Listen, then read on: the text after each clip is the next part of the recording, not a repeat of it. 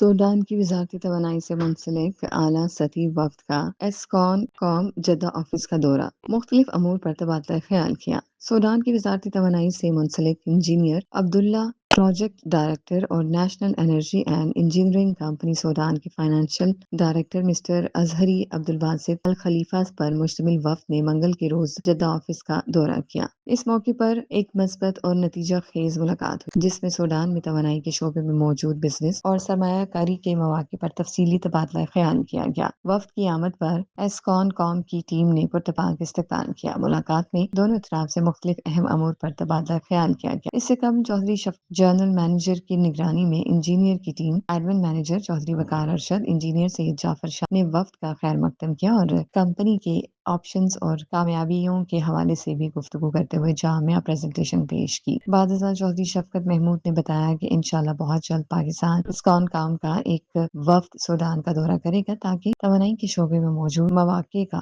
جائزہ لیا جا سکے اور باہمی تعاون کو مزید فروغ دیا جا سکے۔ کیسر اعجاز مندی، جذبہ نیوز۔